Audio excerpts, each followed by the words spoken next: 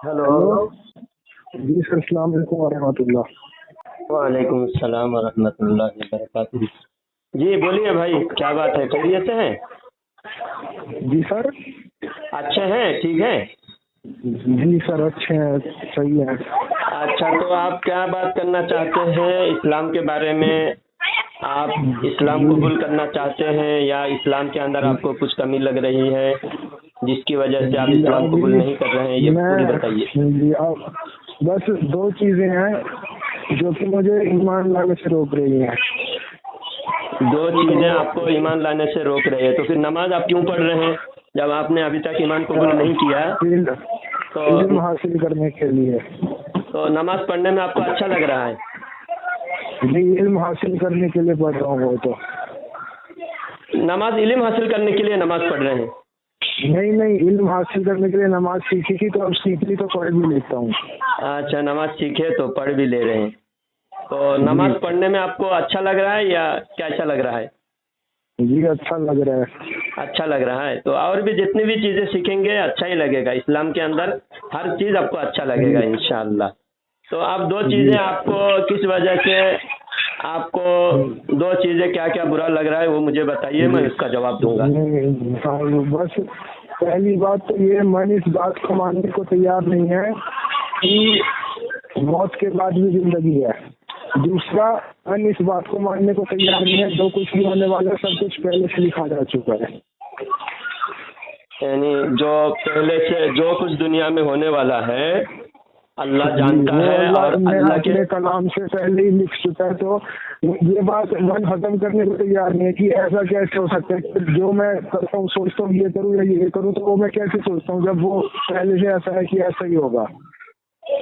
यानी आपका नास्तिक वाला सोच है या फिर किसी और धर्म का भी यही और धर्म के नहीं हिसाब से आप? नहीं नहीं, मेरा एक खुदा पे तो ईमान है, लेकिन मौत के बाद भी जिंदगी है, इस बात पे मेरा ईमान अभी तक नहीं है। अच्छा, एक खुदा पर ईमान है तो खुदा का जी जो इंसाफ है, खुदा तो ना इंसाफ नहीं हो जी सकता ना। खुदा का हर जी चीज इंसाफ का। और जी एक इंसान किसी को मर्डर कर दिया, मर्डर करने वाला जिसका मर्डर हुआ है उसकी तो कोई जी गलती नहीं थी, उसको मर्डर करके मर्डर करने वाला आराम से दुनिया में शान से जी रहा है। दुनिया वाले को भी जी पता नहीं है कि मर्डर, ये आदमी मर्डर किया है, तो उसका तो जी इंसाफ दुनिया में हुआ नहीं। तो जी ये बिल्कुल। अल्लाह ताला ने फिर आपके हिसाब से जिस खुदा को आप मानते हैं, तो खुदा ने इंसाफ तो नहीं किया। तो इंसाफ के लिए एक जी दिन होता है जिस दिन सबका इंसाफ होगा। एक इंसान को अच्छा समझिए, एक इंसान एक दूसरे इंसान को कत्ल किया, तो उस जी कत्ल का एक इंसान के कत्ल के बदले में फांसी का ऑर्डर हुआ, सजाए मौत हो गई, जी एक का हाँ कत्ल का बदला हो गया, हाँ, मर्डर का जी इंसाफ हुआ। हाँ लेकिन एक आदमी जी अगर 1000 आदमी का कत्ल किया, लाखों आदमी का कत्ल जी किया, जैसा मिसाल के तौर जी पर हाँ हिटलर ने करोड़ों करोड़ों को कत्ल किया, तो जी अब उस करोड़ों का कत्ल का बदला तो नहीं हो सकता दुनिया में, सजा हाँ भी नहीं हो सकती। एक करोड़ों बार तो किसी को फांसी नहीं दिया जा सकता। अब हाँ हिटलर खुद मर गया, गोली गोली से खुदकुशी करके मरा, तो उसका जी इंसाफ तो दुनिया में हुआ नहीं। अब जी जो करोड़ों आदमी का कत्ल किया, उस कातिल का हिसाब देने के लिए, उसका हिसाब लेने के लिए, उसका इंसाफ करने के लिए अल्लाह ताला ने हिसाब का एक दिन रखा है। तो अल्लाह को अगर अच्छा आप सुप्रीम मानते हैं, परवरदिगार को, खुदा को आप सुप्रीम मानते हैं, तो खुदा हर जी ताकत, आपको पहली बार जब आपको बनाया कोई नक्शा नहीं था। आपने जी माँ के पेट में एक पानी का कतरा गया, उस कतरा के हाँ एक शुक्राणु से एक पानी के कतरे में जो कोई बिना नक्शे के आपका नक्शा बनाया। जी जो नक्शा देख के नक्शा बनाना तो आसान है, बिना हाँ नक्शे के नक्शा बनाना वो तो उससे ज़रा मुश्किल है ना, डिफिकल्ट जी है। तो अल्लाह ने बिल्कुल एक बार आपको बनाया, आप खुदा को मानते हैं, खुदा ने ही आपको बनाया, जब कोई हाँ नक्शा नहीं था तब आपको बनाया। जी अब तो आपका नक्शा बन चुका है। आपके ठीक है। अंगूठा का भी नक्शा किसी और से मिलता नहीं, आपको ऐसा नक्शा अल्लाह ने बना दिया कि दुनिया में 800 करोड़ आदमी है, 800 करोड़ आदमी का अंगूठा अलग अलग है, जी अंगूठे का नक्शा अलग अलग है, सबका फेस अलग अलग है।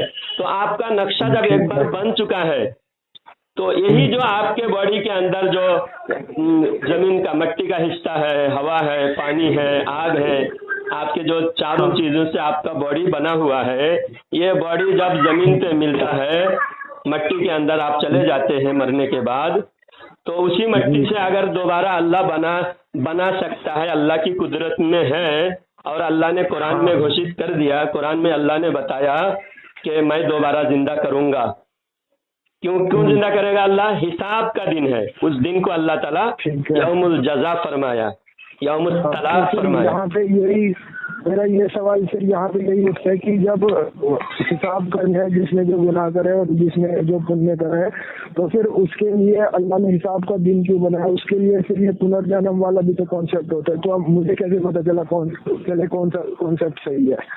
तो वो अल्लाह की मर्जी है ना। अल्लाह दुनिया में दूसरा जन्म में भी भेज सकता था, लेकिन अल्लाह ने वैसा सिस्टम नहीं रखा, पुनर्जन्म का सिस्टम नहीं है। हाँ, जो दूसरे धर्म में बताया जा रहा है पुनर्जन्म है, जी जी, दूसरे धर्म में बताया जाए मरने के बाद दोबारा फिर दूसरे जन्म में आता है, और दूसरे जन्म में इंसान बन के ही नहीं आता, जानवर बन के आता है।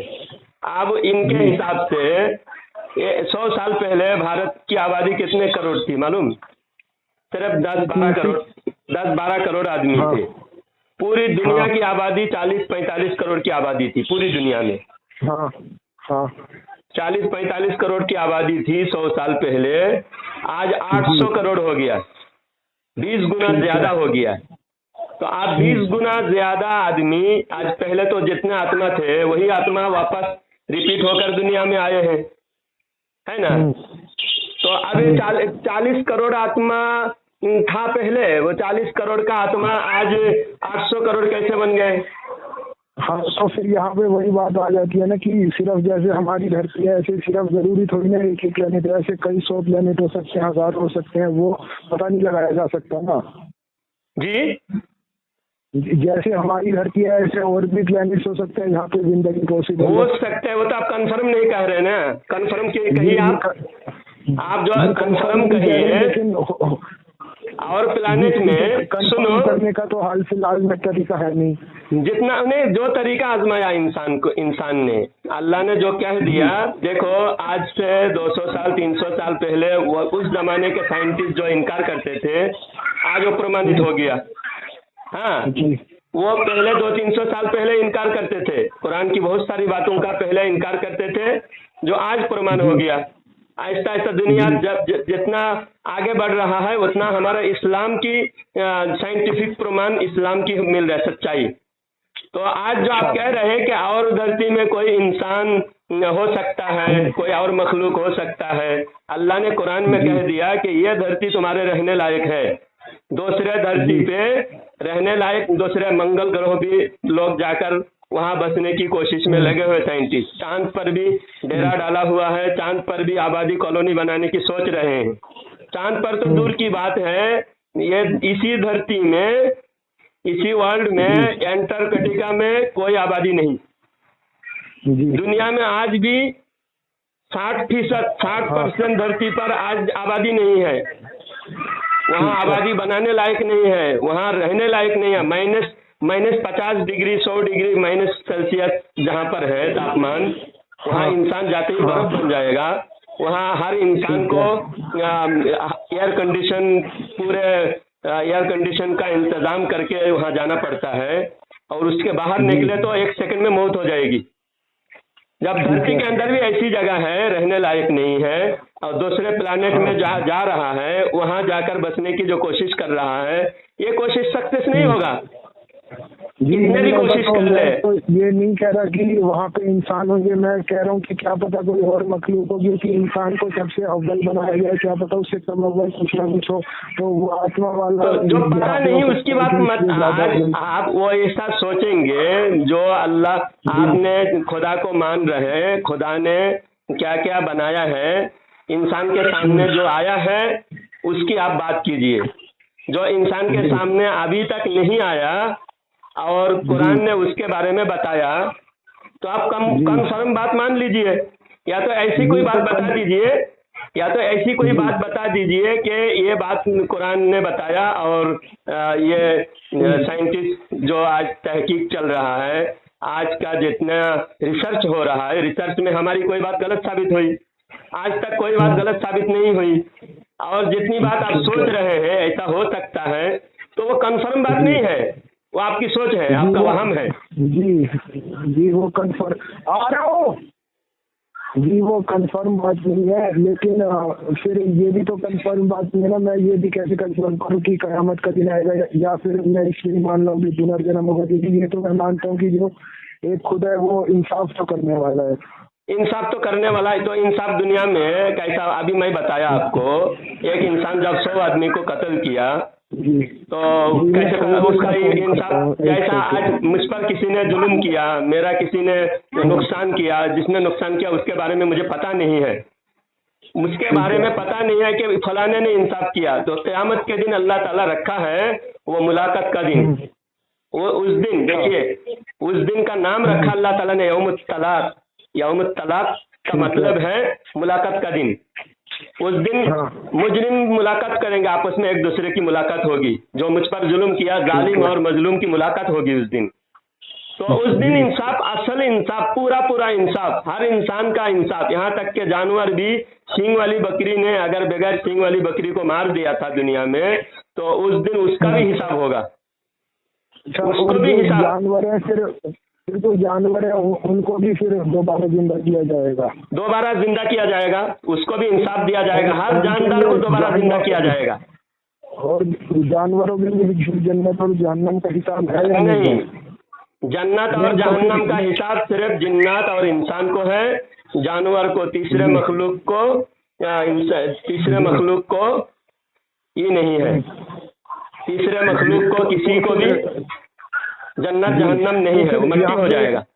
फिर यहाँ पे यही बात आ जाती है। लेकिन पुनर्जन्म इस कॉन्सेप्ट को एक्सप्लेन कर देता है कि इस मखलूक के अंदर जान है और इसके अंदर भी जान है, तो इसकी भी आत्मा के साथ कुछ होगा दोबारा, इसके साथ भी कुछ होगा। लेकिन कयामत का दिन को एक्सप्लेन नहीं कर पाता, तो मैं उस पर ईमान कैसे लाऊं जब मेरे दिमाग में एक चीज है? कयामत के दिन पर आपको ईमान लाना जरूरी है, क्योंकि अल्लाह ने कुरान में कहा। और कयामत के दिन अगर अल्लाह आपको जिंदा कर रहा है, अल्लाह की कुदरत में है, अल्लाह चाहे तो कर सकता है, और अल्लाह ने कहा मैं करूंगा। अल्लाह की ताकत से आप अल्लाह की ताकत पर शक कर रहे हैं कि अल्लाह ताकत नहीं है दोबारा जिंदा करने का। हाँ, इसीलिए तो मैं अभी तक ईमान नहीं लाया। अल्लाह की, अगर अल्लाह पर आपको शक है कि अल्लाह जिंदा नहीं कर सकता, अल्लाह को ताकत नहीं है, जिंदा नहीं कर सकता। नहीं, ताकत है, लेकिन मुझे ये शक है कि कयामत के दिन के हिसाब से जिंदा करके हिसाब देगा या पुनर्जन्म के हिसाब से जिंदा करके हिसाब देगा। इस चीज में मेरे मन में डाउट चल रहा है। तो पुनर्जन्म तो ये सिर्फ ये हिंदू धर्म में पुनर्जन्म का जो कंसेप्ट है, तो वो भी इंसान जो है बंदर बनकर पैदा हो रहा है, दूसरे जन्म में सांप बनकर पैदा हो रहा है। और अगर इंसान दोबारा इंसान बन के पैदा हो रहा है, तो इंसान दोबारा इंसान बन के पैदा हो रहा है, या फिर इंसान जानवर बन के पैदा हो रहा है, वो भी कंफर्म नहीं कर पा रहा है, वो भी कंफर्म नहीं कर पा रहा है। उनका कहना है कि इंसान अच्छा काम करेगा, दूसरे जन्म में ब्राह्मण बन के पैदा होगा। तो आप ही बताइए, आप इस जन्म में कौन से जात में है? पुनर्जन्म में आप किस जात में है? किस जात में थे? नहीं, मैं तो उस जात को नहीं मानता, ये सब तो बाद में बनाया हुआ कॉन्सेप्ट है। तो वो धर्म तो ऐसा ही जात पात की बुनियाद पे चल रहा है। जिस दिन ये लोग जात पात छोड़ देंगे, उस दिन इनका धर्म का पूरी बुनियाद खत्म हो जाएगी। क्या एक सर हेलो जी सर।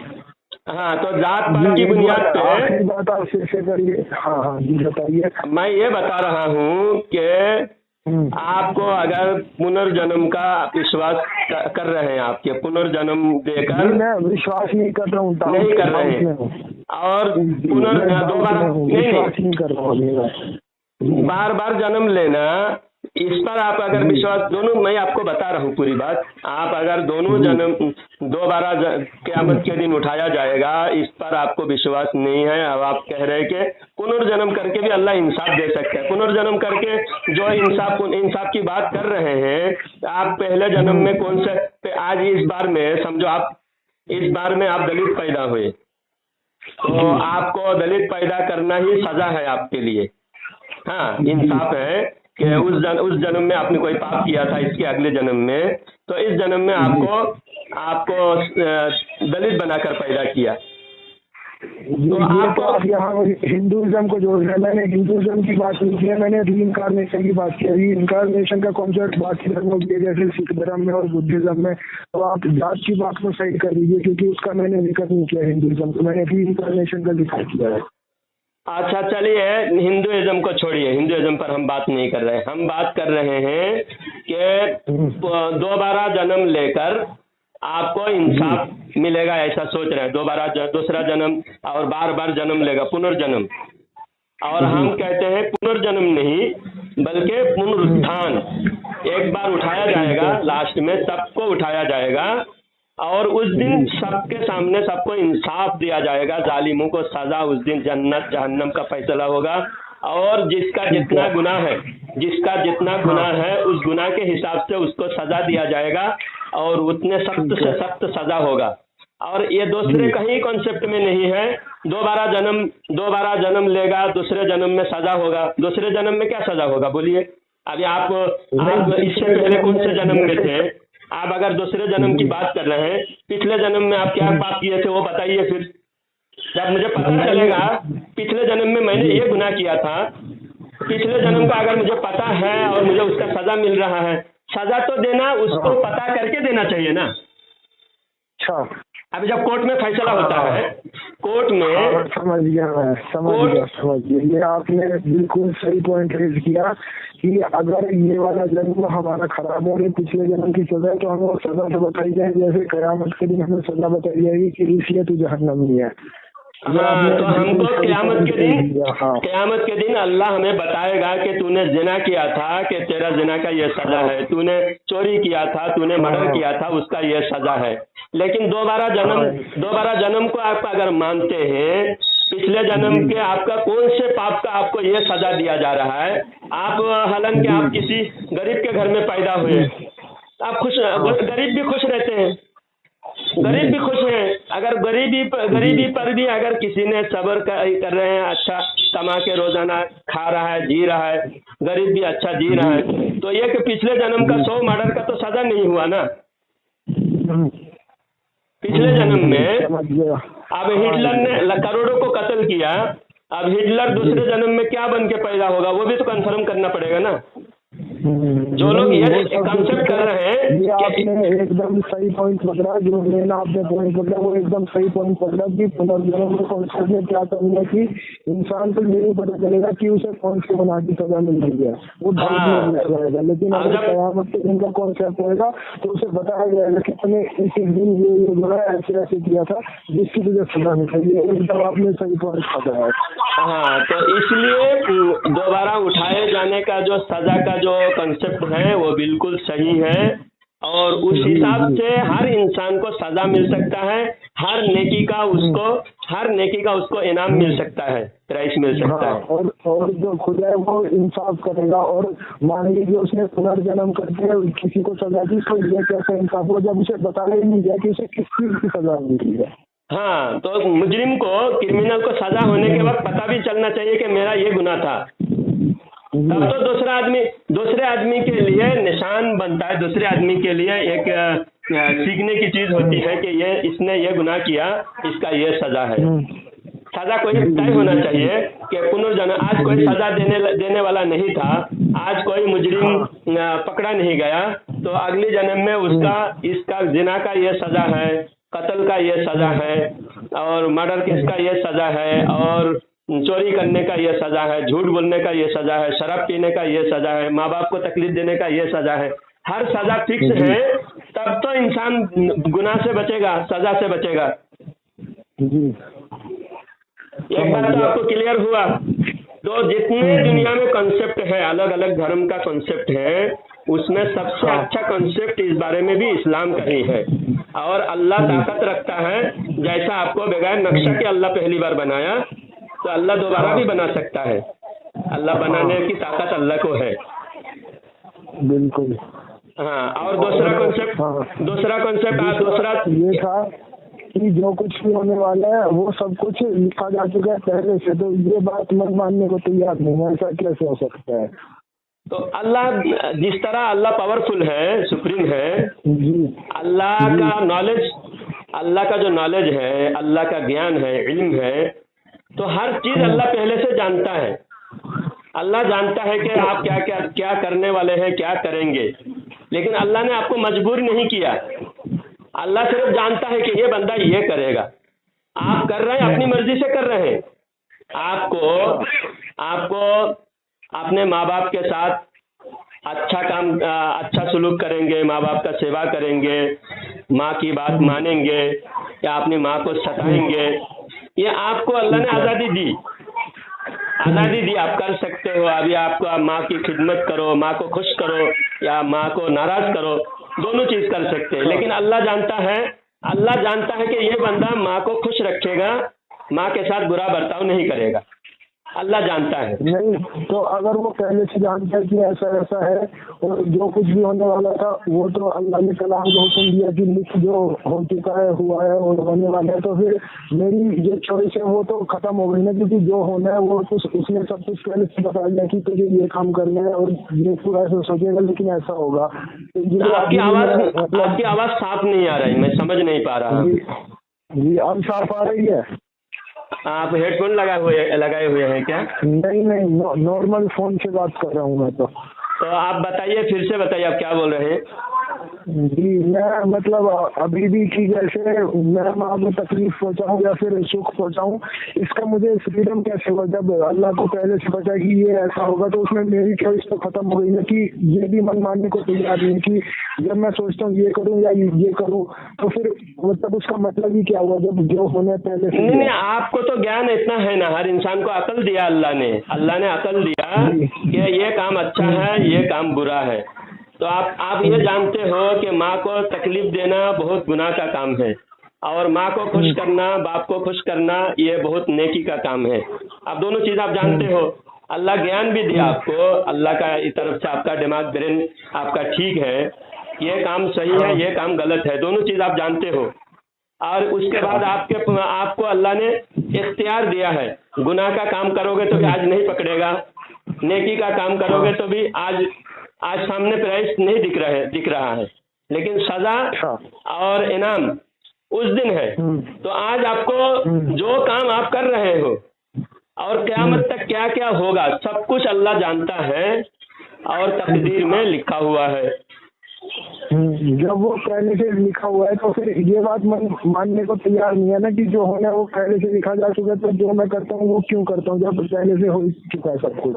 फिर से मैं अच्छी तरह आपको समझा के बोलता हूँ, आप इसको समझो। बात ये है, अल्लाह सिर्फ अपने इल्म के बारे में लिख दिया। अल्लाह जानता है कि ये बंदा ये काम करेगा, ये होगा, इसके साथ ये मामला होगा, इसकी उम्र इतने दिन है, इसकी उम्र इतने साल है, ये यहाँ रहेगा, यहाँ खाएगा, इसके बच्चे इतने होंगे, इसका घर यहाँ होगा, ये यहाँ वक्त काटेगा, इसका सब कुछ आपके साथ क्या क्या जिंदगी में होने वाला है, हर चीज अल्लाह जानता है। सिर्फ अल्लाह के जानने का अल्लाह को है, बाकी अल्लाह ने आप पर छोड़ दिया है। आपकी जो आदत है, आपके चाहत है, वो अल्लाह ताला ने आपकी जो गुण है वो अल्लाह दे के भेजा है। उस गुण के हिसाब से आप खुद ही कर रहे हो। आपको कुछ चीजें पूरी तरह आपको छूट भी नहीं दी और पूरी तरह आपको मजबूर भी नहीं बनाया। नेकी और गुनाह के काम करने में आप आज़ाद हो, नेकी और गुनाह के काम में। आप जैसा समझो, आप आज 1000 रुपया कमाने वाले हैं, 1000 रुपया कमाने वाले हैं, तो आप हलाल पैसे में कमाओगे या हराम कमाओगे, आप गलत तरीका से कमाओगे या नेक तरीका से कमाओगे, वो आप पर छोड़ दिया है। अल्लाह सिर्फ जानता है। जी वो पहले से जानता है, तो जो वो जानता है कि ऐसा होगा तो वही तो होगा, तो फिर मैंने जानने क्या का किया, वो तो अल्लाह ने कहा।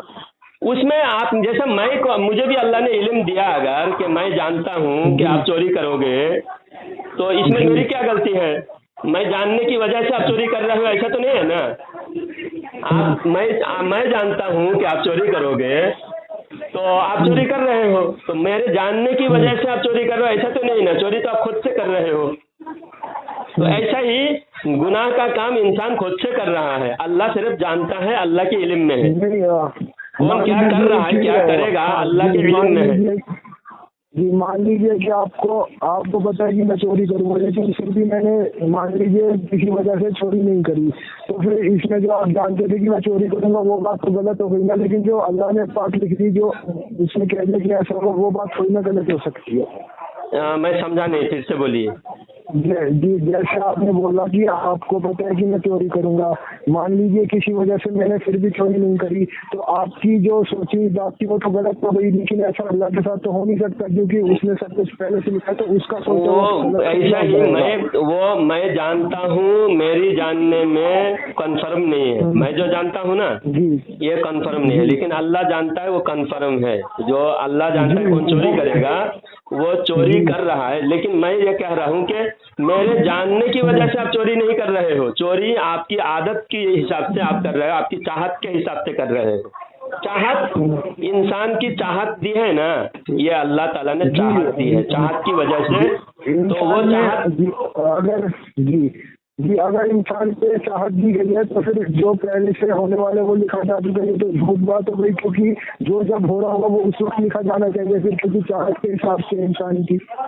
नहीं, चाहत दी, अल्लाह ताला ने इंसान को चाहत दी, और चाहत को अल्लाह के कानून के हिसाब से कंट्रोल करने के लिए कहा, और कंट्रोलिंग अल्लाह ताला ने आपके पास दिया है। कंट्रोलिंग आपको दिया है, आपके कंट्रोल आप खुद कर सकते हो। आपकी जिंदगी का कंट्रोल का स्टीयरिंग आपके हाथ में दिया है। आप जितना चाहो नेकी काम कर सकते हो, जितना चाहो गुनाह का काम कर सकते हो। नेकी और गुनाह का काम करने में आपको इख्तियार अल्लाह ने दी है। हाँ, इसमें अल्लाह के इल्म में है, अल्लाह लिख के रखा है, और आपके करने की जो लिखे हैं वो करने पर आप मजबूर है, ऐसा नहीं है। आप क्या क्या करोगे अल्लाह जानता है, और आपको वो लिख चुका है, और मैंने वो ना किया तो फिर वो लिखी हुई बात तो झूठी हो गई, और खुदा की लिखी हुई बात तो झूठी हो नहीं सकती। वो आप क्या क्या करोगे अल्लाह जानता है, और आप नहीं कर रहे हो, क्या करोगे जो अल्लाह जानता है वही करोगे। अल्लाह का इल्म झूठी नहीं है, और अल्लाह ने दोनों चीजें, अच्छा बुरा, जो काम आप करोगे, हर काम करने का जो भी असबाब है, जो भी आपके सामान है, सारे सामान मुहैया है। आप नेक काम करने का सामान भी आपके पास है, बुरा काम करने का सामान भी आपके पास। अभी 100 रुपया है, आप शराब भी पी सकते हो आप, या कोई किसी गरीब को 100 रुपया का किसी गरीब को दान भी कर सकते हो। दोनों चीजें आपके पास, अल्लाह ने दोनों चीजें दे दिया है। लेकिन अल्लाह इतना जानता है कि ये बंदा शराब नहीं पिएगा, गरीब को दान करेगा, ये अल्लाह जानता है। आपको पैसा भी अल्लाह ने ही दिया है, और आपको ताकत भी अल्लाह ने दिया है। अब आपको खुशियाँ आपके लिए छोड़ दिया है कि आप खुशी से क्या कर रहे हो। तो आप खुशी से क्या करोगे, आप गरीब को दान करोगे। वो अल्लाह ने लिख दिया कि ये बंदा गरीब को दान करेगा। लेकिन आपके पास पावर ये भी है कि आप जाके 100 रुपया का शराब पी सकते हो, या फिर कहीं और गुनाह का काम कर सकते हो, और गुनाह का काम आप नहीं कर रहे हो, आप नेक काम कर रहे हो। अल्लाह आपके बारे में यही जानता है। लेकिन दोनों चीज़ें अल्लाह ने आपको, पैसा भी दिया, सेहत दिया, तंदुरुस्ती दिया, सब चीज़ अल्लाह ने दिया। लेकिन अल्लाह के इल्म जो है वो आपके बारे में लिख दिया है, और आप अपनी खुशी से कर रहे हो, ना कि आपने मजबूर होकर कर रहे हो। मजबूर नहीं है इंसान खुशी से, गुनाह का काम भी खुशी से कर रहा है, नेकी का काम भी खुशी से कर रहा है। जी मैंने 2 सवाल पूछे थे। पहले तो ये पूछा था कि मौत के बाद भी जिंदगी उसे साबित करिए, उसके लिए आपने बताया कि खुदा ने पैदा किया तो वो इंसाफ भी करेगा। तो उसमें मैंने आपसे पूछा था कि पुनर्जन्म से क्यों नहीं हो सकता, तो उसमें आपने एकदम सही बात बताई कि पुनर्जन्म में इंसान को क्या पता उसे कौन सी गुनाह की सजा मिल रही है, लेकिन आखिरत के दिन का जो कॉन्सेप्ट है उसमें इंसान को ये पता है कि उसे किस गुनाह की सजा मिल रही है। तो ये ज्यादा अच्छा कॉन्सेप्ट है। लेकिन जो दूसरा सवाल मैंने पूछा था वो मतलब मन अभी भी मानने को मतलब देखो ये इस बारे में इंसान को जितना आपको मैंने बताया ना, इतना सिर्फ आप सोच के रखो कि आपकी खुशी पर अल्लाह ने आपको छोड़ दिया है। जब आपकी खुशी पर आपको दुनिया में आज़ाद रखा है तो आप नेक रास्ते पर आ जाओ, नेकी काम करते रहो, फिर आहिस्ता आहिस्ता ये भी समझ में आ जाएगा, ये भी आपको समझ में आ जाएगा। उतनी कोई सीरियस इशू नहीं है। हाँ, इसके बारे में आपको उतना देखो, अल्लाह मालिक है, अल्लाह का जो ज्ञान है आप नाप नहीं सकते। आप बिल्कुल छोटे से एक इंसान कितना छोटा है दुनिया के सामने। आप गैलेक्सी में जाओ, देखो दुनिया कितना बड़ा है, दुनिया से बड़ा और कितने दुनिया है। आपने खुद कहा कि दूसरे गैलेक्सी में, दूसरे प्लैनेट में कोई और मखलूक हो सकता है कि प्लैनेट और गैलेक्सी कितना बड़ा है, उसके आप एक छोटा दी है। दुनिया के 10%, दुनिया जो हमारे सामने है उसके भी 10% नॉलेज इंसान के पास अभी तक नहीं पहुंचे। दुनिया के अंदर के भी 10% नॉलेज इंसान को अभी तक नहीं आए। अभी तक 90% दुनिया के चीजों के बारे में नॉलेज नहीं है दुनिया के लोगों को।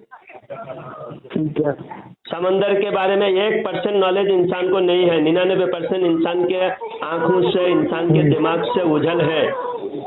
फिर भी हम मान रहे हैं जो हमारे सामने ही चीजें हमारे नजर में, पूरे कायनात का सुप्रीम परवरदिगार बनाने वाला है। उन्होंने परवरदिगार ने क्या लिखा आपके बारे में और आप क्या कर रहे हैं। चलो इतना हम कह सकते हैं, हमको इतना कहने की छूट दी है कि अल्लाह ने जो बनाया है वो सब कुछ अल्लाह के ज्ञान में है, अल्लाह के मालूमात में है, अल्लाह के कंट्रोल में है। और अल्लाह ने आपको बनाया, सब चीजें आपके लिए मुहैया किया है। आप अपनी खुशी से गुनाह का काम कर सकते हो, अपने खुशी से नेकी का काम कर सकते हो। इतना मानने का नाम तकदीर है, इतना मानना जरूरी है। बाकी हमको अल्लाह ने, हम मजबूर होके कौन सा काम कर रहे हो? मजबूर होके तो आप नहीं कर रहे हो। आप कर रहे हो, आप चोरी कर रहे हो तो अपनी खुशी से कर रहे हो। अल्लाह ने तो नहीं कहा आप चोरी करने के लिए। आप तो मेहनत, आपको हाथ पाँव दिया है, आप मेहनत करके खा सकते हो। तो चोरी करना कोई मजबूरी नहीं है, कोई गुनाह का काम मजबूरी नहीं है। अल्लाह फरमाता है कि इंसान को अल्लाह ने मजबूर नहीं बनाया। और हाँ जी, और ये बताइए कि यूट्यूब पे मैं कौन से आलिम के बयान सुना करूँ? क्योंकि कोई कहता है कि ये सही है, कोई कहता है ये सही है, तो मतलब किनको मैं ज्यादा सुना करूँ और किस टॉपिक पे बयान ज्यादा सुनूं? अच्छा, तो आप अगर अलग अलग तरह से जुड़े रहोगे तो आपको फिर कंफ्यूज और ज्यादा बढ़ेगा। पहले क्लियर 100% मैं ये कहता हूँ कि आप मुझसे जुड़े। मेरा नंबर आपको कहाँ से मिला?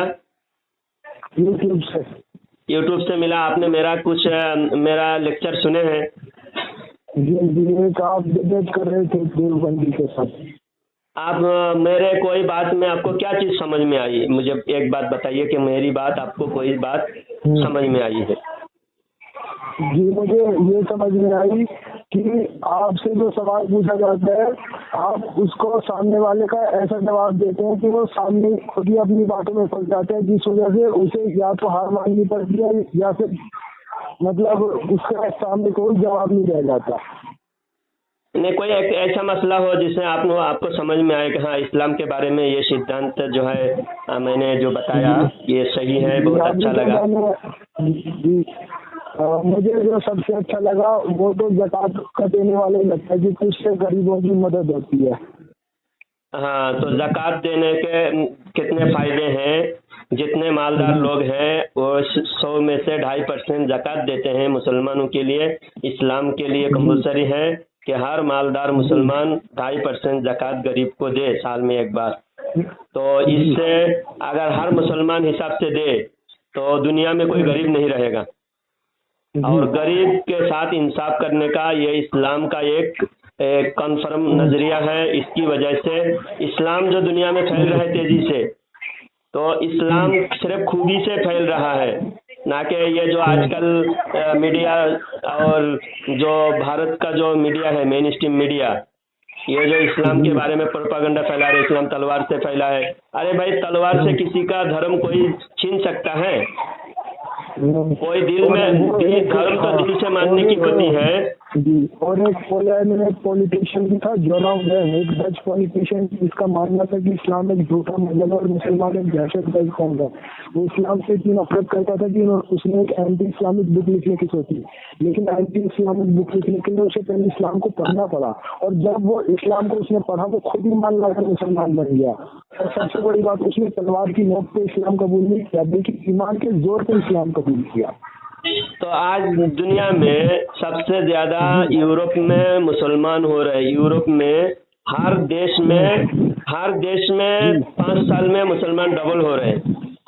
और जितने जैसा समझो ब्रिटेन में 5 साल पहले 60% क्रिश्चियन थे, आज वहाँ 48% हो गए क्रिश्चियन। 60% से 5 साल पहले 60% थे, आज वहाँ 12% क्रिश्चियनिटी कम हो गए हैं ब्रिटेन में। ब्रिटेन में माइनॉरिटी में आ गए क्रिश्चियन, 48% रह गए अभी, और मुसलमान वहाँ पर 8% हो चुके हैं। और 1960 में 1% भी माइनस यानी 1% भी नहीं थे, उससे कम थे। आज बताओ, कोई कह रहा है तलवार से इस्लाम फैला, तो ब्रिटेन में तो कोई तलवार नहीं है इस्लाम फैलाने के लिए। वहाँ तो सेकुलरिज्म, जहाँ सेकुलरिज्म चल रहा है, जहाँ पर सेकुलर है, वहाँ तेजी से इस्लाम फैल रहा है। और जो लोग इस्लाम को गलत कहते हैं वो इसलिए कहते हैं क्योंकि अगर वो ईमान ले आए तो फिर जो उनके बुरी आदतें हैं, जैसे शराब पीना और धोखा देना, ये सब उन्हें छोड़ना पड़ेगा। और वो इंसान इस चीज को छोड़ने को तैयार नहीं है, इसलिए पूरा ऐसा नहीं करता इस्लाम कबूल करने ऐसा काम।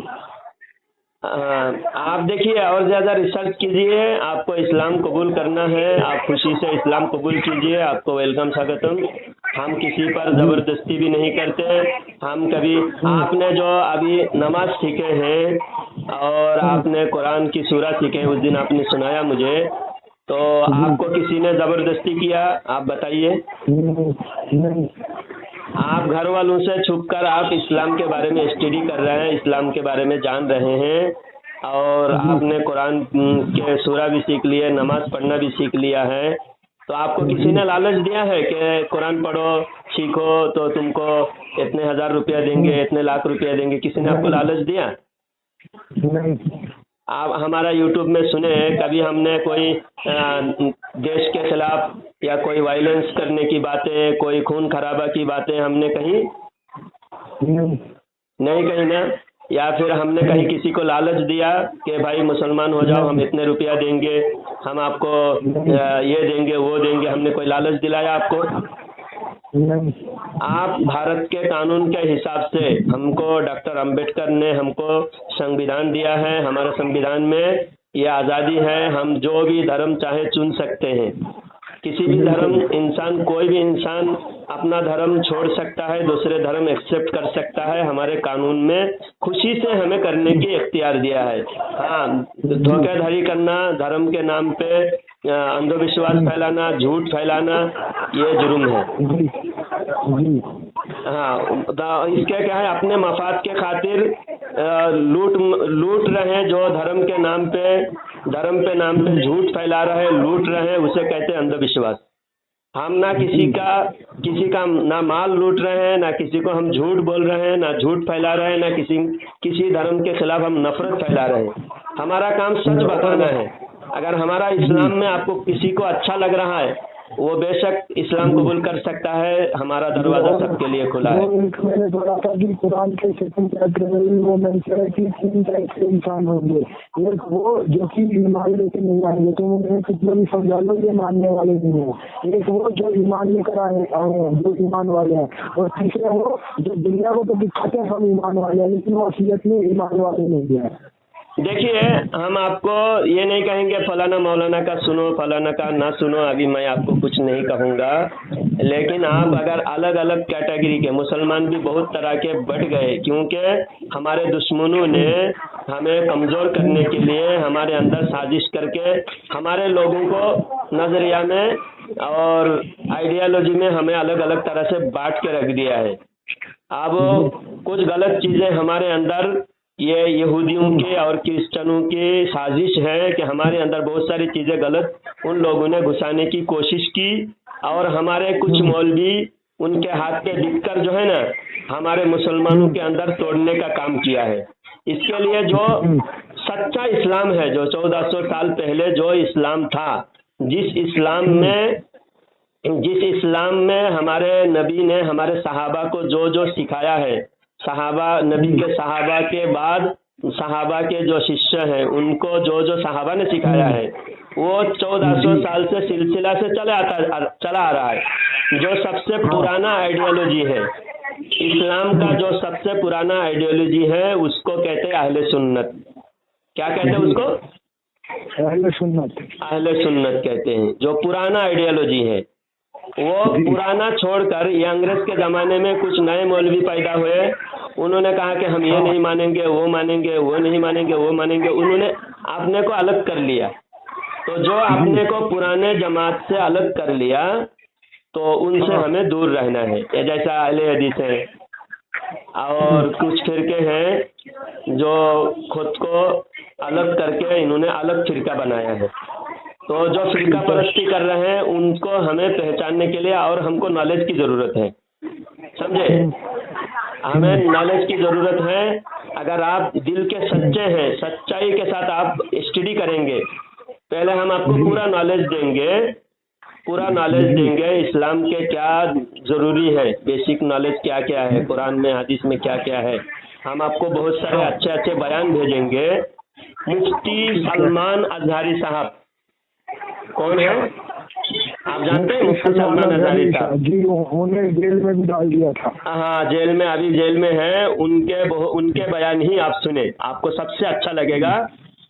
मुफ्ती सलमान अजहरी साहब, उनके बयान आप सुनते रहेंगे माँ बाप के बारे में, और गुनाह से बचने के बारे में, बुराई के बारे में, हर चीज़ के बारे में उनके बयान में आपको सबसे अच्छा नॉलेज मिलेगा। दूसरे का सुनिए, जी बताइए। कुछ दिन इसका बयान सुने, कुछ दिन दूसरे मौलवी का सुने, कुछ दिन तीसरे में, हर कैटेगरी का अलग अलग बयान सुनेंगे तो आप फिर कंफ्यूज हो जाएंगे। आप अभी किधर भी ना जाएं, मैं सिर्फ बोल रहा हूँ, कभी अगर मेरे से बात करना हो, कोई सवाल पूछना हो, मुझे सवाल करके पूछ लें, और सिर्फ मुफ्ती सलमान अजहरी साहब का आप बयान सुने। दूसरे किसी का बयान आपको सुनना नहीं है। दूसरे तीसरे का बयान सुनते जाएंगे, फिर आप कंफ्यूज हो जाएंगे, फिर आप समझ नहीं पाएंगे कि ये कुछ अलग बोल रहा है, वो कुछ अलग बोल रहा है। सिर्फ मुफ्ती सलमान अजहरी साहब का ही सुने, किसी और का नहीं सुनना है, और कोई स्कॉलर का नहीं सुनना है, क्योंकि हम उनसे जुड़े हुए हैं। मुफ्ती सलमान अजहरी साहब के बयान हम भी सुनते हैं, और हम भी उनके हिसाब से ही बात करते हैं। और हमारी जो जमात है, ये 1400 साल से हमारा जो अकीदा है, बेसिक इस्लामिक जो रूल्स है, हमारा 1400 साल से मिलता है। और दूसरे का अभी आप ना सुने, 6 महीना तक आप मोबाइल में सिर्फ मुफ्ती सलमान अजहरी साहब का बयान सुने, और जब भी इरादा हो इस्लाम कबूल कर सकते हैं। आपके लिए वेलकम है। आपको ईमान की दौलत दे, मैं दुआ करूंगा आपके लिए। आपके माँ बाप को भी खुश रखे, उनको भी अल्लाह हिदायत दे, और आप पूरे इस्लाम के बारे में रोज़ाना जब भी वक्त मिले आप मुझे कॉल करके बात कर सकते हैं। जो भी जानना चाहे आप जान सकते हैं, मैं आपको नॉलेज दूंगा। ठीक है? अच्छा। और आपका नाम? मेरा नाम जलालुद्दीन चिश्ती है। ओके जी। और आपकी उम्र क्या होगी? मेरी उम्र 40 साल है। अरे अच्छा, आप तो मतलब मेरे से दुगनी उम्र के, मैं तो 21 साल का हूँ, मैंने अभी अभी कमाना शुरू किया है। जी मैं 21 साल का हूँ, मैंने अभी अभी कमाना शुरू किया, नौजवान हूँ मैं। अच्छा, तो क्या काम करते हैं आप? जी इंजीनियरिंग खत्म कर लिया अभी मैंने, इसी मैकेनिकल में जॉब में लगा हूँ मैं। अच्छा, आपके अब्बा अम्मी क्या करते हैं? वो टीचर हैं। जी। तो अभी उनके आपके बारे में उनको कुछ मालूम नहीं ना, आप इस्लाम के बारे में? शक है उनको, शक है उन्हें। उनको शक होने मत दीजिएगा, अभी मुश्किल हो जाएगा आपको। नहीं, अभी आप उन्होंने घर पे मतलब कुरान देख ली थी, तो फिर जब आपको मैं कुरान जॉब पे रखने गया। की अभी आप कुरान रखने की जरूरत नहीं है, समझे? उनको अभी जी, तो फिर शक, आज देश का माहौल भी खराब है, समझे? फिर आपको ऐसा मजबूर करेगा, कि आप फिर टिक नहीं पाएंगे, क्योंकि आप जानते हैं हजरत बिलाल हबशी रदी अल्लाह तआला अन्हु को आप सुने वाकया? कौन से वाला? जो ईमान कबूल करने की वजह से मक्का में कितनी तकलीफें उठाए मुसलमानों ने, फिर मक्का से मदीना, और उनके मालिक ने भी उन्हें बहुत परेशान किया। उनको मारा जाता था, पत्थर के सीने पर चट्टान रखा जाता था, गर्म रेत में रखा जाता था हजरत बिलाल। जी, और हाँ। तो मतलब जब मैं जॉब पे गया होगा तो घर वालों ने कहीं कुरान छुपा दिया फेंक दी, किसे क्या पता। तो आपको कुरान घर में देखो, ऑनलाइन सब कुछ मिलता है, कुरान लेके रखने की कोई जरूरत नहीं।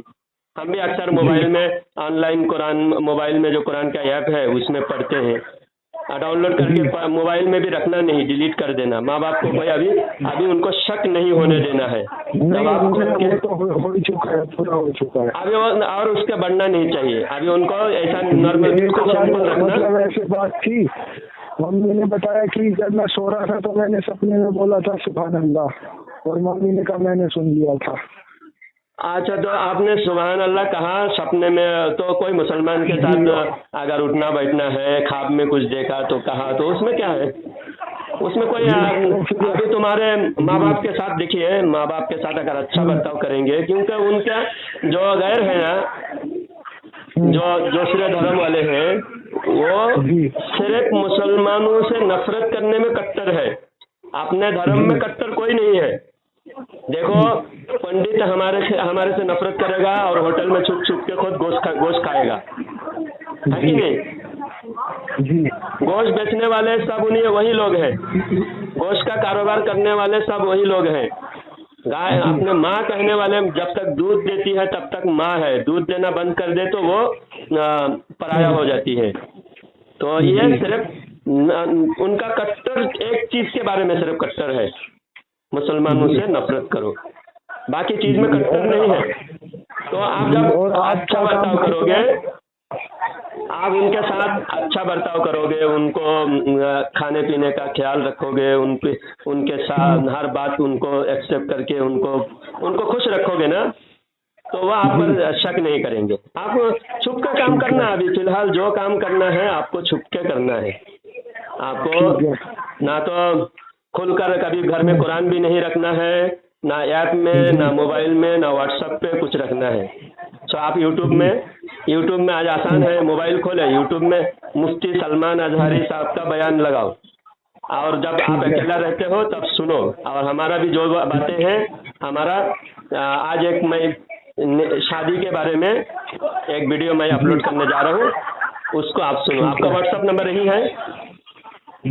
कौन सा? 931116। आपका जो व्हाट्सएप नंबर कौन सा है? अभी आपने लास्ट में है 0067 है। हाँ जी, यही है। हाँ, तो इस नंबर को मैं व्हाट्सएप पे आपको मैं भेजूंगा, मुफ्ती सलमान अजहरी साहब का अच्छा बयान। हाँ, उनका ही बयान सुनना, दूसरे मौलानाओं का अभी सुनना नहीं आपको, ठीक है?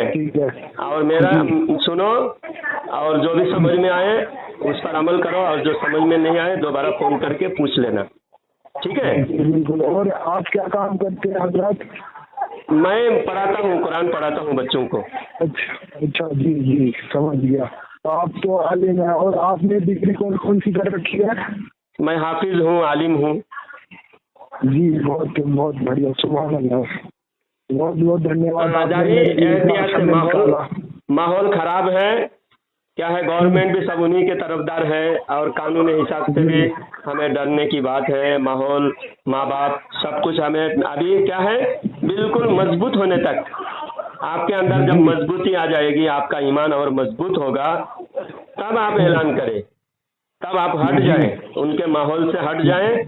और हटने के बाद भी माँ बाप से अच्छा बर्ताव रखने का हुक्म है। मिसाल के तौर पर आप जब पक्का मोमिन मुसलमान पक्का हो गया, आपका ईमान मजबूत हो गया, तो आपने माँ बाप से कह दिया कि मैं मुसलमान हूँ, मैं आप अगर हमें जो सजा देना है सजा दो, हमें दूर करना है तो दूर कर दो, मैं आपका बेटा हूँ, लेकिन मुझे इस्लाम पसंद है, अभी आपकी मर्जी। तो माँ बाप ने कहा ठीक है, अच्छी बात। माँ बाप ने कहा कि ठीक है, घर से चला जा, निकल जा, तो भी आप अलग चले जाना। अलग जाने के बाद भी माँ बाप को देखना, माँ बाप को कोई परेशानी ना हो, दूर से भी मदद करना जारी रखना है। हाँ, अगर उन्होंने माँ बाप का है हमें कोई ऑब्जेक्शन नहीं है, हमें कोई ऑब्जेक्शन नहीं है, अपने घर में जो भी काम करना है, नमाज पढ़ना घर के अंदर पढ़ लेना, माँ बाप अगर इजाजत दे तो घर में भी माँ बाप के साथ में भी रह सकते हैं। जी। और एक मुझे अत्तहियात में एक चीज पूछनी थी, जैसे होता है अत्तहियात लिल्लाहि वस्सलावातु वत्तय्यबात या फिर वत्तय्यबातु, मिला के पढ़े तो वत्तय्यबातु होगा, वत्तय्यबात बोलने से भी चलेगा। हाँ, मतलब दोनों में से कुछ भी बोल सकते हैं। हाँ, दोनों बोल सकते हैं। तो फिर ये फर्क क्यों है? फर्क जो है ग्रामर के हिसाब से है, मिला के पढ़ने से अत्तहियातु लिल्लाहि वस्सलावातु वत्तय्यबातु अस्सलामु अलैका, यानी मिला के एक साथ अगर पढ़ते जाएंगे एक साथ में तो वत्तय्यबातु होगा, और अगर रुक जाएंगे तो वत्तय्यबात। अच्छा, मतलब एक इकट्ठा पढ़ते रहेंगे तो अलग होएगा और रुक रुक से पढ़ेंगे तो अलग होएगा। हाँ, तो हर भाषा में अलग इस तरह के होता है, अरबी का रूल्स अलग होता है, हर भाषा में कुछ अलग अलग रूल्स होते हैं। जी जी। और जो मुझे सबसे अच्छी बात लगती है वो ये लगती है कि जब कयामत का मंजर होगा, भाई भाई को नहीं पहचानेगा, माँ औलाद को नहीं पहचानेगी, उस दिन एक आवाज गूंजेगी, उम्मती उम्मती। उस दिन बाकी सारी मोहब्बतें झूठी लगेंगी। उस दिन हमारे हुजूर हमें मोहब्बत के लफ्ज़ सुनोगे, अल्लाह मेरी उम्मत को बख्श दे। जी, चारों तरफ नफ्सी नफ्सी बोलेगी, फिर भी एक आवाज ऐसी होगी जो गूंजेगी उम्मती उम्मती। और अगर हम उस उम्मत का हिस्सा होंगे तो इससे बड़ी दौलत और क्या नसीब हो सकती है। बेशक बेशक। ठीक है, मैं आपको मुफ्ती सलमान अज़हरी साहब का मैं अच्छे बयान भेजूंगा। हाँ जी बिल्कुल, उसी में आप जुड़े रहे। और हमारे ग्रुप आएगा, एक व्हाट्सएप ग्रुप में आपको अगर आपको कोई दिक्कत नहीं है तो ऐड कर देता हूँ ग्रुप में, व्हाट्सएप ग्रुप में। बिल्कुल, हाँ, उसमें आपको अच्छी मालूमात मिलेगी। ठीक है, तो उसी ग्रुप में जो भी मैसेज आएगा उसको आप पढ़ते रहिए, उसका अमल करते रहिए। ठीक है जी। अच्छा, ठीक है, शुक्रिया, बहुत धन्यवाद, शुक्रिया। हेलो जी सर, बताइए। मैं ये बता रहा हूँ कि आपके साथ जो कल मैंने डिस्कस किया जी, तो उसको यूट्यूब पे डाल सकता हूँ? नहीं, उससे तो आपको हमारा छोटा सा चैनल है, ज्यादा उसको फेमस नहीं होते, लेकिन सुनने वाले को भी। कितने सब्सक्राइबर्स हैं? हम एक छोटे चैनल पे डालेंगे जिसमें 100-150 सब्सक्राइबर हैं। उसमें क्या है, ज्यादा फेमस नहीं होते, और वो आपकी अगर आपको कोई उससे पता चले, आपको पता, आपके घर वालों को पता नहीं चलेगा। जी ठीक है, आपका नंबर भी वायरल नहीं करूंगा, कोई दिक्कत नहीं आपको उससे। ठीक है, डाल दीजिए जी उस्ताद, ताकि लोग सुनेंगे तो आपको भी फायदा होगा ना जी। लोग सुनेंगे, आपकी वजह से दूसरे लोगों को भी हिदायत मिलेगा, सही और रास्ता ऐसा भी हो सकता है कि लोग सुने और मेरे लिए दुआ भी करें। हाँ, आपके लिए मैं भी दुआ करूंगा हमेशा जी। और बिल्कुल, आप सही रास्ता पर आने की कोशिश करें। बस दिल से इस्लाम को कबूल दिल से करना है, दिखावा करने की जरूरत नहीं है। वहाँ जब वक्त जरूरत हो तब दिखावा दुनिया वालों को दिखाना भी पड़ता है, ताकि आपको देखकर दूसरे लोग भी हिदायत मिले। तो आप अभी घर में छुप के बस अल्लाह जानता है, आप अल्लाह को याद करोगे, अल्लाह जानता है, अल्लाह आपकी हर पुकार को सुनता है। ठीक है, आप अल्लाह व रसूल से मोहब्बत हाँ। करना, किसी आदमी से तो और मतलब नहीं आपको। मुझे सबसे अच्छी हदीस एक ये भी लगती है कि जो ख्वाहिश दुनिया में पूरी नहीं हुई, आखिरत में जब उसका सवाब मिलेगा इतना गुनाह होके मिलेगा कि तुम कहोगे या अल्लाह काश दुनिया में एक भी वो ख्वाहिश पूरी ना होती। हाँ, तो ऐसे माशाअल्लाह आपने बहुत अच्छे अच्छे याद हदीसें याद कर लिए। और मैंने जी कहा था कि मुफ्ती सलमान अज़हरी साहब का बयान सुना करो, आपने सुने? जी, नहीं कल तो नहीं सुने।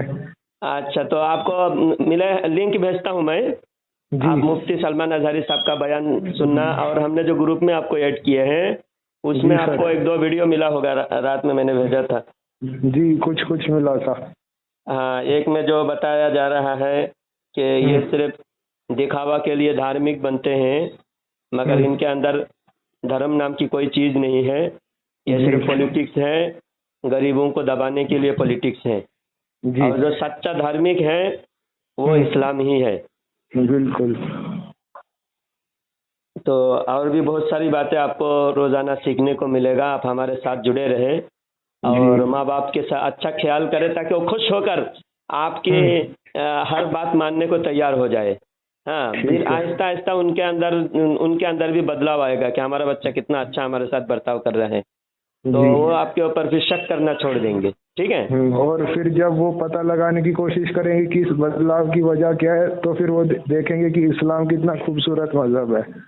हाँ, तो इस्लाम के बारे में अभी उनको कुछ पता ही ना, आपको सिर्फ ये देखना हमारा बच्चा बहुत नेक है, बहुत जी। अच्छा है। और बल्कि वो तो मतलब मेरे घर वाले तो ऐसे, मुसलमानों के इलाके से तुझे सामान भी नहीं खरीदना, चाहे कहीं और से महंगा खरीद ले। हाँ, तो अब ये आपको आपको उनसे इस बारे में बहस भी नहीं करना, क्योंकि ऐसा भारत में कुछ नफरती लोगों ने ऐसा माहौल बना रखा है। और जितना ये लोग कर रहे हैं ना, ये इनके पाँव पे खुद कुल्हाड़ी मार रहे हैं। क्योंकि जो इतिहास लिखा जाएगा ना, तो इतिहास में जो लोग ऐसा कर रहे हैं उनको देखकर जो आपके जैसे सादे सीधे जो न्यूट्रल जहन के लोग हैं, जो इंसाफ जिनके दिल में है, वो भी सोचते हैं कि कितना जुल्म हो रहा है मुसलमानों पर। कोई गुनाह, वो लोग कितनी भी गलती करे उनके घरों पर बुलडोजर नहीं चलता, बुलडोजर बगैर गलती के मुसलमानों के घर पर चलता है। तो यह जुल्म सादा सीधा जो नॉन मुस्लिम है उनको भी दिख रहा है। तो जितना जुल्म देखेगा वो सादा सीधा जो जहन है, जो न्यूट्रल है, वो मुसलमानों की तरफ आएंगे। जुल्म करके कोई भी दुनिया को जीत नहीं सकता। अत्याचार करके जालिम कभी दुनिया में जीत नहीं सकता, उसकी हार होगी और सच्चाई की जीत होगी। जी, समझे? बिल्कुल समझ गए। आपको बस अभी माँ बाप के साथ अच्छा बर्ताव करना, वो उनको खुश रखना, वो इतना खुश होंगे कि बच्चा, हमारा बच्चा बहुत नेक है। हाँ, अल्लाह की मोहब्बत आपके दिल में है, अल्लाह के रसूल सल्लल्लाहु अलैहि वसल्लम की मोहब्बत आपके दिल में है, इतना काफ़ी है। नमाज कभी पढ़ना चाहे छुप के पढ़े, जब घर में घर वाले सब सो जाए आप दरवाज़ा बंद करके वजू करके आप पाक साफ रहे, पेशाब पाकी रखे और पाक साफ रहना इस्लाम का ये दस्तूर है। और जब रात में अंधेरे सब लोग सो जाए तो घर के दरवाज़ा बंद करके नमाज पढ़े। फिर आप पूरा इस्लाम जब सीख जाएंगे, आप दिल से ईमान आपकी मजबूत होगा, फिर आप माँ बाप को भी मनवा सकते हैं। फिर आप कोई अपना खुद का आपका कारोबार हो, आप बिजनेसमैन बन जाए, आप नौकरी में अच्छा पोस्ट हासिल करें, आप जब आप खुद के पैर पे चलना सीखेंगे तब आप ऐलान कर सकते हैं। अभी आप अगर ऐसे ऐलान कर दें और माँ बाप को पता चल जाए, आपको मुश्किल आ जाए, मुश्किल आए तो बर्दाश्त करना है, लेकिन इतना मुश्किल आए कि आप बर्दाश्त ना कर पाए, फिर आपको पीछे हटना पड़े, तो एक बार कदम आगे बढ़ाकर पीछे हटना और ज्यादा बुरी बात है, समझे? कदम आगे बढ़ाकर फिर पीछे हटना। कोई भी समझो मुसलमान हो गए, फिर मुसलमान होने के बाद वो इतना जबरदस्ती किया कि आपको फिर बोले तू वापस इस्लाम छोड़ दे, फिर आपको अगर छोड़ना पड़ जाए तो उससे बेहतर है कि पहले से आप अभी तक आप जैसे है वैसे हैं, आप दिल से मुसलमान हैं, अल्लाह आपके इस्लाम को कबूल करेगा। फिर आपको जब मजबूती आएगी आपके अंदर और फाइनेंशियल एतबार से आप मजबूत होंगे तब आप ऐलान कर दें। बिल्कुल, समझे? समझ गए। अभी कुछ ना, और किसी के आप दबाव में इस्लाम कबूल नहीं किए, लालच में इस्लाम कबूल नहीं किए, बल्कि इस्लाम से रोकने के लिए दबाव डाला जाता है इस्लाम वाले कभी भी जबरदस्ती भी नहीं करते, लालच भी नहीं देते। बिल्कुल। इस बात को दुनिया वालों के सामने बात आ रही है, और हम भी, कोई भी हमारे पास आते बोलते मौलाना साहब हम इस्लाम के बारे में जानना चाहते हैं, इस्लाम के बारे में मालूमात देते हैं, इस्लाम कबूल करना चाहते हैं, तो आपकी मर्जी, आप कोर्ट में एफिडेविट दाखिल करो, और आप लेटर में लिख के देकर कोर्ट से आप अपना नाम चेंज करो, या इस्लाम एक्सेप्ट करके इस्लाम धर्म में आप रजिस्ट्रेशन करा लो, आपकी मर्जी, कोर्ट से करो। हमारा कोई संस्था नहीं क्या हम किसी को मुसलमान बनाए, क्योंकि हमारे ऊपर बहुत पाबंदियां हैं। इसलिए आप अगर इस्लाम कबूल भी करें तो मेरे ऊपर कोई ई नहीं है। हाँ, मैं तो चाहता हूँ कि सारी दुनिया के लोग इस्लाम कबूल करें जी, लेकिन मैं तो किसी को जबरदस्ती नहीं करता, ना मैं लालच देता हूँ। बिल्कुल ठीक है। हाँ, अच्छा भाई, शुक्रिया आपका, बहुत बहुत जी, शुक्रिया। बहुत बहुत धन्यवाद आपका भी।